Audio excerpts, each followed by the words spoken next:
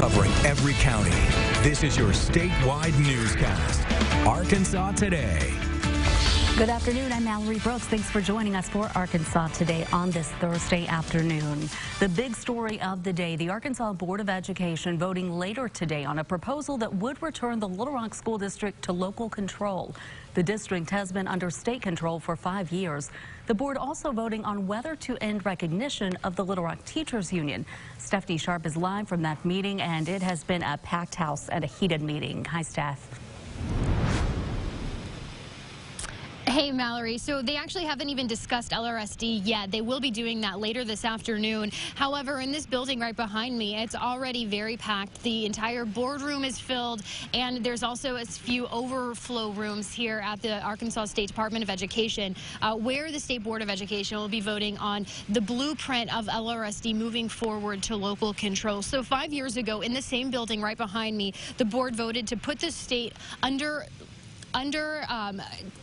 state control for academic distress. Now, half a decade later, the board will vote on how to continue forward. One option being considered is putting most schools under a local board, but keeping the schools that got an F score under a different leadership. However, many disagree with that decision. Last night, thousands of people held a candlelight vigil in front of Central High School protesting state control and what the board will be voting on later today. And so they do expect many people at today's meeting here in Little Rock. The board, like I said, they're discussing other things right now, but they'll be talking about LRSD around 1 o'clock this afternoon. So we're going to be inside just to see exactly what happens when it comes to the local control decision as well as the teachers union decision. So a lot of people will be out here. You can actually see behind me, you have a few people holding up signs in protest, saying support LRSD. So again, they are going to expect a lot of people out here. This vote and this discussion isn't even expected to start until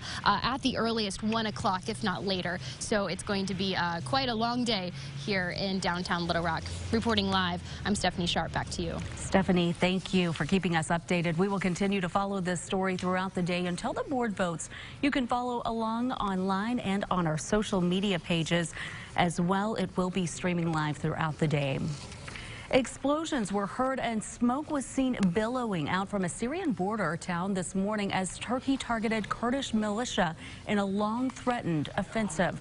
The part of the border that U.S. forces vacated this week, a nearly 62-mile stretch in Syria, is now under attack. Turkey began pounding the region with airstrikes and artillery yesterday. Thousands of people fled towards Hasaka province, held by the Kurdish-led Syrian Democratic Forces. Kurdish Americans protest President Trump's decision to shift U.S. forces in Syria. A small but vocal group demonstrating outside the White House yesterday, protesting the president's decision to move U.S. service members from northern Syria, allowing Turkish forces to launch an assault on the Kurds there, longtime and crucial American allies in the war on ISIS. Back here in Arkansas, the Baxter Sheriff Department, along with multiple police agencies, arrested 6 people yesterday on felony drug charges after search warrants were served at 2 locations. 4 people were arrested at a home in Mountain Home. During the search, officers were able to locate meth and other narcotics. In the second search warrant, officers arrested 2 people. Officers found loaded weapons and meth inside that home. In the River Valley, investigators find skeletal remains in Fort Smith.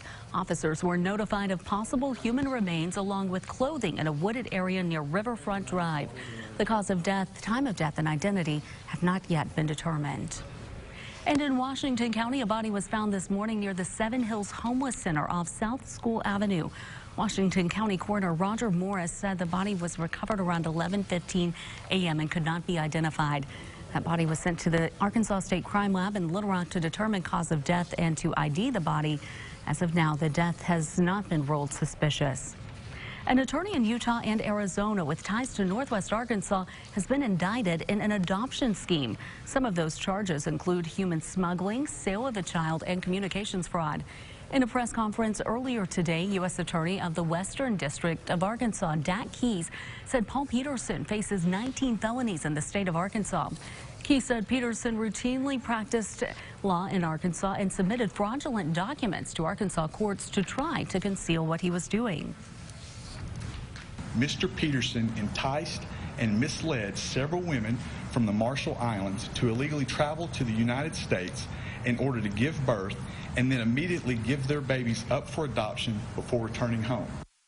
If found guilty on all charges, Peterson would face 315 years in prison and a $5 million fine. The Fort Smith Fire Department investing in a new water rescue boat 2 months after the drowning of Debbie Stevens after she drove into flash flooding.